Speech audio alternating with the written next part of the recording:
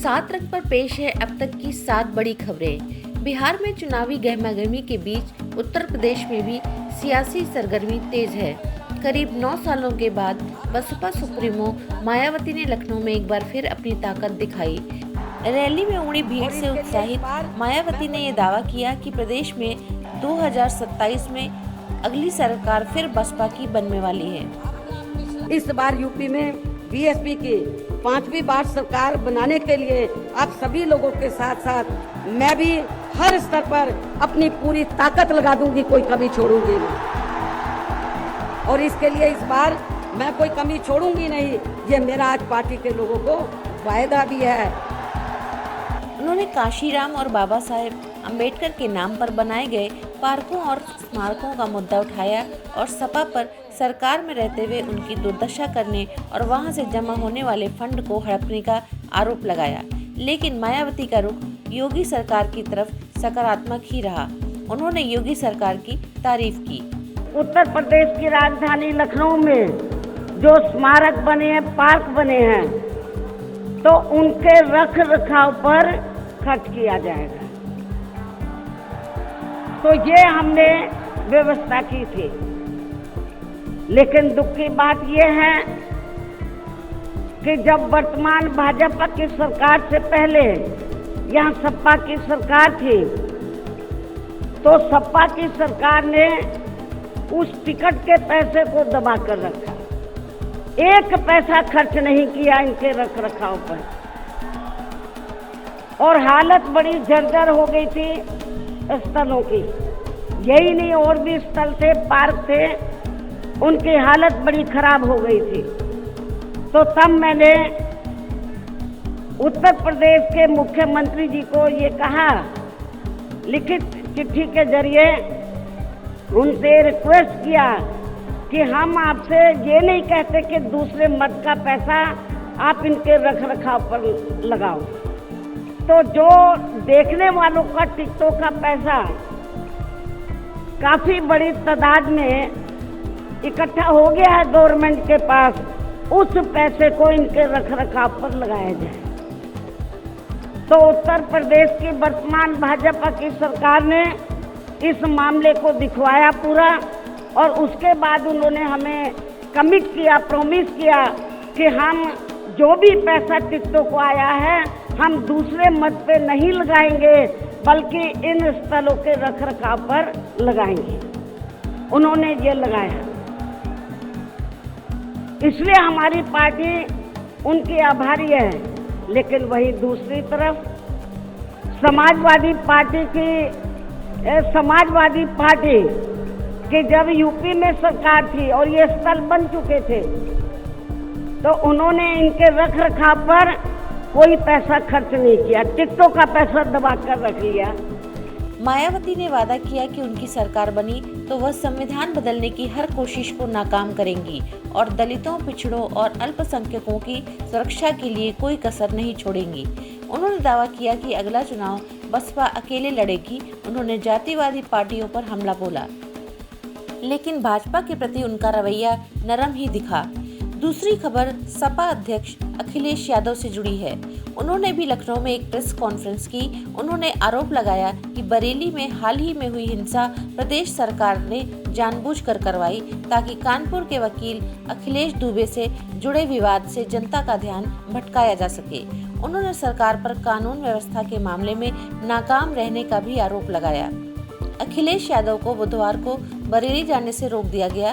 बाद में वे रामपुर चले गए और वहां आजम खान से मिलकर गिले शिकवे दूर करने की कोशिश की। आजम के साथ मुलाकात के बाद उन्होंने कहा था कि वह पार्टी के एक मजबूत संस्थापकों में रहे हैं और वरिष्ठ नेताओं का सम्मान भी करते हैं। अखिलेश ने मायावती के आरोपों का जवाब भी दिया और कहा कि उन्होंने सबसे ज्यादा काशीराम और अम्बेडकर की मूर्तियां लगवाईं और उनके स्मारकों का रखरखाव किया। उन्होंने मायावती पर भाजपा के साथ साठगांठ का आरोप भी लगाया। अगर प्रतिमा किसी ने उनकी खुद की लगाई तो मैंने लगवाई, और हालांकि on the floor of house जब उस समय बहुजन समाज पार्टी के लीडर ऑपोजिशन या उस समय जो सवाल उठते थे, मेंटेनेंस को लेकर के, रख रखाव को लेकर के ऑन रिकॉर्ड आप लोग चेक कर सकते हैं, ऑन रिकॉर्ड कि समाजवादी पार्टी की सरकार में पूरा का पूरा मेंटेनेंस और रख रखाव के लिए एलडीए को निर्देश दिए गए थे।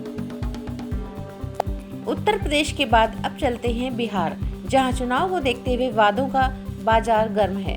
तेजस्वी यादव ने दावा किया कि उनकी सरकार बनते ही वह हर परिवार के एक व्यक्ति को सरकारी नौकरी देंगे। इसके अलावा टिकटों को लेकर विवाद की खबरें भी आती रहीं। पहले सुनते हैं तेजस्वी यादव को। सरकार बनते ही 20 दिनों के अंदर अधिनियम बनाएंगे और 20 महीनों के अंदर जिस परिवार में भी सरकारी नौकरी नहीं है, तेजस्वी उस हर परिवार को एक सरकारी नौकरी दिलाने का काम करेगा। लोक जनशक्ति पार्टी के नेता चिराग पासवान पर भी सबकी नजरें टिकी रहीं।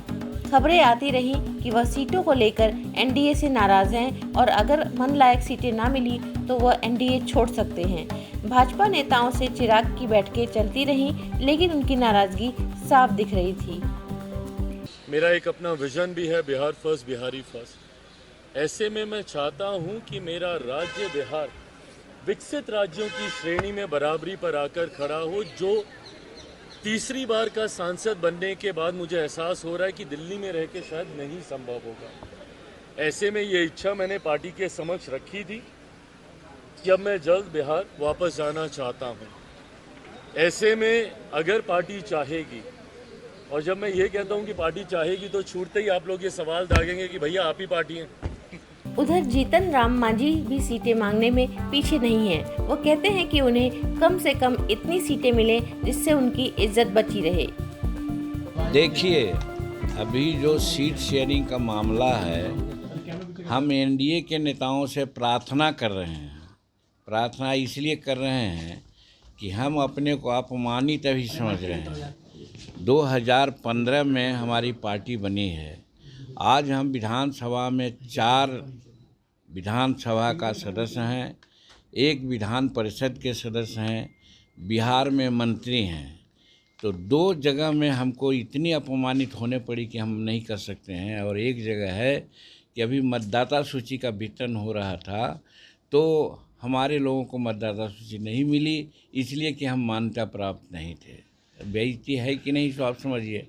दूसरी बार इलेक्शन कमेटी के लोग गए, कमीशन के लोग, इन लोगों ने सभी पॉलिटिकल पार्टियों को बुलाया तो हमें नहीं बुलाया गया, इसलिए कि हम निबंधित पार्टी थे। तो ये अपमान का घूंट कितना दिन सह के रहेंगे।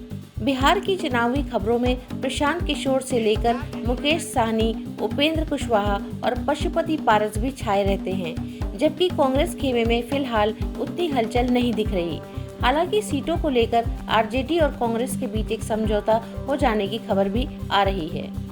अब आते हैं दिल्ली की तरफ, जहां यमुना की सफाई के नाम पर केंद्र ने खजाना खोला हुआ है।